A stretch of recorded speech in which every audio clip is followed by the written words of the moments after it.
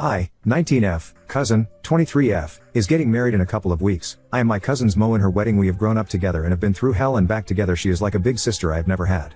When I was in 3rd grade I started wearing glasses because I couldn't see far. She was the first person to tell me I looked beautiful in them, because I was insecure about how I looked in them, and that we can match because she wears glasses as well. Well, fast forward to today. I went over to my cousin's and her soon-be wife, 25F, house to talk about last-minute preparation of the wedding and all the fun stuff. When we started talking about pictures of the wedding, and this is where Jordan, my cousin's fiancé, told me that I should take off my glasses for the wedding and wear contacts because she doesn't want them to ruin her wedding photos and that I would look like an outcast. All of attention would be drawn to me if I'm the only one wearing glasses. To say I was shocked was understatement. I always been used to my glasses and I never took them off. I personally don't want to use contacts because it's so much work and I am a forgetful person and might end up sleeping with them on or something like that. I told Jordan that I wouldn't be comfortable with it and that contacts cost money since I have to get them in my prescription, which would take a while, as well as I much rather wear my glasses because I'm more comfortable with them on. She told me I'm being unreasonable and that my cousin is wearing contacts for the wedding, so I should be a good cousin and not ruin the wedding pictures. If not, she will tell my cousin to remove me from the wedding and I can attend as a guest. My heart kinda broke when she said that to me. I know my cousin wouldn't care if I wore my glass, so I'm here asking strangers for advice. Would I be the asshole if I don't wear contacts for my cousin wedding? And should I tell my cousin about this conversation with Jordan? BTW, my cousin wasn't in the room when this conversation happened. She went to buy some food for us. Please help me out. Thank you. Smile edit. Hello everyone. I didn't think this post would get as much attention, but I wanted to clear some things up in this one. This seems to be the biggest as I read the comments. Yes, it's for the wedding pictures. I told Jordan, as many of you mentioned, I can just simply take them off for the photos. Sorry for not stating that in the post earlier, but she told me no, that I need to buy and wear contacts or else she would tell me cousin to drop me. She said it would throw everything off if people see me without glasses in the photos and then they see me with them on in the wedding, and it wouldn't look natural too. Some people think it's my cousin telling me this. It's not. She wasn't present when this conversation happened. My cousin also wears glasses and the only reason she not wearing them in her wedding is because Jordan convinced her to buy contacts so she can look more natural for the wedding. 3. This last one, guys, I'm not trying to ruin my cousin relationship. Before this, Jordan was nice with me and my cousin seems deeply in love with her. I could never imagine doing that to my own cousin. Ever since the day when my cousin asked me to be her Mo, that's when things started to become a little different between me and Jordan, but I always thought it's because the stress of planning a wedding takes a toll on you. I can answer any questions you guys have in the comments. Thank you so much. Smile update 1. So on Saturday my cousin called me saying she wanted to talk to me about something. I figured that would be a good time to tell her everything that went down with Jordan, so we met at a park next to our grandparents' house, and when I got there she was already waiting for me, but the vibe and energy seemed off. It was tense. I sat down in front of her. No one said a word for like 30 seconds, but it felt like forever. Then my cousin finally spoke with tears running down her face, asking me why I wanted to drop out of the wedding and no longer be her Mo. I was completely taken back by what she just told me. I never once said I would drop out of the wedding nor say I no longer wanted to be her Mo. As I was processing, she kept asking me questions of, do I not love her? What did she do? Why do I not want to be in the wedding? Why did I miss all of the wedding events her and Jordan planned? Do I no longer value the relationship we have and the stuff we went through? After 5 minutes of calming her down, I explained that I never once said that I'm dropping out of the wedding and that I do love her and value everything we went through. So to explain how close we are, with permission, I want to give you some examples. My cousin was the first person who helped me recover and move on from my toxic/abusive ex I was with for 3 years. She never once left my side, and I was the one who found my cousin after she tried to overdose. I spent every day in that hospital until she got better and was with her through her treatments and therapy sessions. As I was explaining all that to her, I started crying because why would she think that after everything we've been through? And she told me that Jordan was the one who told her. I said I no longer wanted to be in the wedding, and at all the events they had I always said I was busy. I looked at her confused, cause what events is she talking about? My cousin saw my face and started to realize I did not know what she was talking about. She started talking about a barbecue and a weekend trip to Arizona. The whole wedding party went one last month. I told my cousin I didn't know anything about this and I never got invited to it. I thought Jordan invited you? I never once got an invite or message about any of this. I proceed to show my cousin my message with Jordan in the group chat of the wedding party, and nothing was there about the trip or dropping out of the wedding. My cousin was shocked and started asking more questions like, you didn't tell Jordan you wanted out of the wedding? When was the last time you talked to her? Why didn't you get invited? I explained to my cousin the last time I'd spoken to Jordan is when she told me about the contacts. I explained everything to her about how Jordan said if I don't put contacts she will tell her to kick me out of the wedding. As I stated in my original post, I even showed my cousin the post and she was livid. She started going on and on about how Jordan would stop bothering her about getting contacts for the wedding, and when my cousin would ask her why, Jordan would say it won't match the aesthetic to the wedding and would throw everything off. So finally, after weeks and weeks, she broke and got contacts for the wedding. My cousin looked at me and said I could care fucking less if you wear glasses, it's a part of you. Hell, I would think you look weird and fucking unnatural if don't do it. And the fact she said that to you, out of all people, I'm not gonna stand for that. So after talking about an hour she left and I just sat there shocked after everything was said and done. Later that day around 12 a.m. I received a call from Jordan. At first I was confused because she doesn't call me, but I picked up thinking something happened, but nope, it was her crying and screaming at me because I'm ruining her wedding and I'm being a selfish little bitch. After a minute of that I just hung up. Then 5 minutes later got a text from my cousin to go over their house now. Once I got to house it was a mess, stuff thrown on the floor, painting broken, dog toys all over the floor, glass everywhere. It looked like a tornado and an earthquake double teamed the house. But anyways, I walked into where my cousin and Jordan are sitting, and Jordan and just crying and screaming. Once she saw me she started yelling at me and calling me every name in the book. My cousin had to tell Jordan to shut the fuck up, and once she did everything came out in the open. Basically Jordan doesn't like me and hates that me and my cousin are so close. She been telling lies to my cousin about me to get her to hate me, as well as try to take my cousin from the family so she can have her to herself. To which Jordan yelled out, "How the fuck am I supposed to know you don't like her or fuck her? No cousins are that close." To which my cousin said, "This ain't fucking Alabama, you crazy bitch. She my cousin, we grew up together, you fucking idiot. She was there when I was dying. Where the fuck was you? Just because you have a fucked family doesn't mean we do." After that the night was blur. I was extremely tired and just wanted to go home. My cousin came with me and she been staying since that night. Jordan had been blowing up my and her phone asking for forgiveness and to give her a second chance and wants to make things right, but I told my cousin if she wants to go through with the wedding it's up to her. Cousin, I know she loves her. They've been together for 4 years now, so I know it can be hard leaving someone you gave your heart to. I'm so sorry for the long update, but that's what's been happening. Thank you to everyone who gave me advice and helped me realize that I wasn't being dramatic or overthinking, and it was more of a deeper issue. If anything else happened I will update again, hopefully not, but we will see again. Thank you for reading and commenting. She should never speak to her again for her own safety. Mental Woodpecker 300. This right here. Jordan destroying the house on a rampage is a huge red flag and shouldn't be overlooked. People like that don't usually stick to just objects. She could end up getting violent with Op's cousin. Oop, good morning. Jordan was the one throwing the things and made the mess in the house when my cousin tried to leave. That's why my cousin called me to come over in case it got to a point where she couldn't calm her down after ever. Why thing came out anything we said. Jordan got more irritated, so that's why I took my cousin to my place and she has been staying with me. Update 2. It's been a long few weeks, good and bad, so I decided to give y'all another update. Staring of with the bad. A few days after my last update, Jordan's family and friends had been blowing up my phone, my cousin's phone, and just everyone they can reach had been contacted by Jordan. It went as far stalking and breaking into my cousin's house. You see, the house my cousin owns is one out of many houses my grandfather has built from top to bottom. He gifted my cousin house to her because she was the first one to graduate college in the family, so her name is on everything.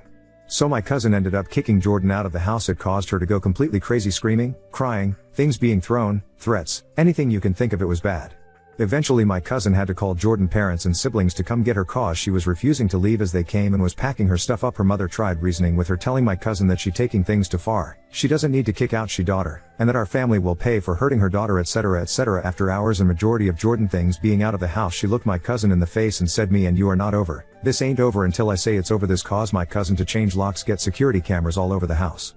Once everything settled, my cousin slowly is getting back into her life. She changed her number because Jordan would send text from begging and pleading to threatening and harassment. As those continued, my cousin found 2 air tags in her car which was not there before, so my cousin asked me to check my car as well, and sure enough I also had 2 air tags in my car. As a joke we decided to put the air tags on some stray animals. It's bad, I know, but we didn't know what else to do, which we thought was the end of it. Boo.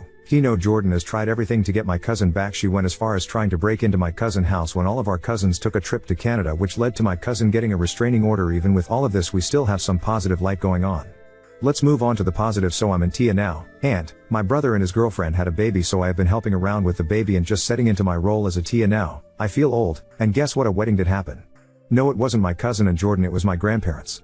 They renewed their vows to each other on Friday, which happened to be their wedding anniversary. My cousin decided to give everything to them because it was already paid for, so all she had to was get the names changed, and since she had all of our family fly out from Mexico and different states, she didn't want to waste it. It was really nice. My grandma wore her wedding dress that she first got married to my grandfather, and it was a beautiful ceremony, lots of tears, all of that, and of course a lot of partying after drinking and just spending time with family, which was needed. Me and my cousin got closer. I have been there since all of this has happened, but I won't lie, I can't help the fact I feel responsible with all of this, and I also feel so guilty and bad because my cousin loves and still loves her even with everything going on. She was so happy with her, the way she smiled and looked when she was with her. It hurts to know my cousin puts on a brave face when deep down I know she's sad. Like I said, I never wanted this to be a personal issues. I never thought a little thing over glasses and contacts would uncover so much. My cousin tells me I helped her dodge a major bullet, cause who knows what would have happened if they got married, cause if Jordan was acting like this, imagine how she would have been if they got married. Like my Tia, aunt, told me everything happens for a reason, so God mad all this was a reason to show my cousin Jordan wasn't the one. In the end, everything is slowly getting better and we enjoying the new baby around. He is so adorable. I'm so sorry if all of my posts have been long. Everything will get better and my cousin says thank you for all the advice you have given her and she will use it when she starts dating again, not soon she said. Now on to second story. Found out that my fiancé and his friends assaulted his childhood friend during his bachelor party, and now I'm canceling our wedding. I don't know what to do. My, F28, finance, 28 male, Alex has a BFF, Danny 28, since they were 4. She's not like the usual Reddit BFF. She's a lovely sweet person who has never crossed boundaries with Alex or their 2 other friends Marcus and Daniel. The 4 are very close. Danny is gay and always was. She is very much a woman but likes to dress in jeans and t-shirts and not in any feminine clothing. She is lean, tall, has short hair and is just one of the boys in a lot of ways. This weekend was Alex's bachelor party. All 4 plus 2 other of Alex's friends went along. It was to a coastal town that's well known for hosting bachelor and bachelorette parties, but there's no strip club or anything. They stayed in a B&B and have scuba diving and kayaking planned. First night went okay, dinner, restaurant and nightclub and home. Last night was the issue. They did the nightclub and headed back to the house. Marcus and Daniel, who are both single, brought back 2 girls from the nightclub and got busy in their bedrooms. The rest were drinking in the living room, but things got a bit loud and the 2 friends started complaining that they didn't get to go to a strip club and never got to see TTS and ass. They were blaming their wives and calling them names. Danny told them to shush as it was ruining the mood and they both thought it would be funny if they saw Danny's body naked to make up for it. The thing is, Alex joined in and they stripped her. She was screaming loudly and Marcus and Daniel came running and rescued Danny and put her in the bedroom with the girls and had a fight with the 3 men. Daniel doesn't drink due to a chronic medical condition and the medication he is on. So they packed up and took Danny and the 2 girls and left the other 3. Danny was hysterical and Marcus wanted her to go to the police but she wouldn't. She was afraid to go home, so they ended up dropping the girls off and taking Danny to her parents, which was an hour away. Marcus was at my door at 7 a.m. this morning and he told me what happened, that if he ever sees Alex again he's afraid of how things could go. He told me that if he can convince Danny to press charges he will. Then he left. Alex returned about 3 this afternoon. He was acting normally until I told him Marcus has visited. He was very nervous and tried to play down what happened as a joke that got out of hand. I'm devastated. I heard him out, but he knew I wasn't accepting what he was saying. I told him Danny may be going to the police and he got very panicked and pale. He said she had him blocked and he wanted to go talk to her. I told him she wasn't at her place as she was too afraid he or his buddies would turn up there. I asked him to leave and he didn't want to go, but I insisted. He was crying, saying it was a prank that got out of hand. I heard him out only as a courtesy to our 2-year relationship, but I'm done. I don't know this man. I don't know if I should reach out to Danny or just do nothing. Marcus and I have been in constant contact and he agrees that I have no option but to end things. I don't know where to start with canceling everything as the wedding was in 5 weeks, but it seems trivial compared to what Danny is going through right now. Marcus is convinced that Danny is going to the police after talking to her parents, so I think Alex is in trouble. I can't support him on this. Maybe I'm wrong as he was drunk and probably had taken other things, but this was his friend from age 4 and he did this to her. I've not blocked Alex, but I've not replied or picked up any of his calls. Update 1. It's been a terrible day. I can't reach out to my friends yet as I'm ashamed. I did tell my parents and my brother and they have been wonderful. My brother brought his friend with him when he came to stay, and today both of them packed up every bit of my ex's stuff and took it to his parents' house. Ex was there and just asked if that meant I was finished with him, and my brother said yes, and did he really expect any other reaction? His father intervened and told Ex not to say anything more. He told my brother to tell me to contact him on canceling the wedding. I'm not contacting his father ever. My parents are handling canceling the wedding and my father got into my cousin who is a lawyer and he is going to help and advise me as needed. I've to disentangle myself from X on Lisa's bank account savings and such, although my brother made me transfer all of my money from joint account savings and daily accounts to my own account. It's a mess. I tried to ring Danny but she isn't up for speaking to anyone, so I just text her that I was there for her and that I had broken up with Alex. She hasn't replied and I don't expect she will. She's in a bad way apparently. Daniel spent 3 hours with me today. There's a lot going on, but I'm afraid to say too much for fear of damaging any court case. Just to say there are 2 videos of the incident.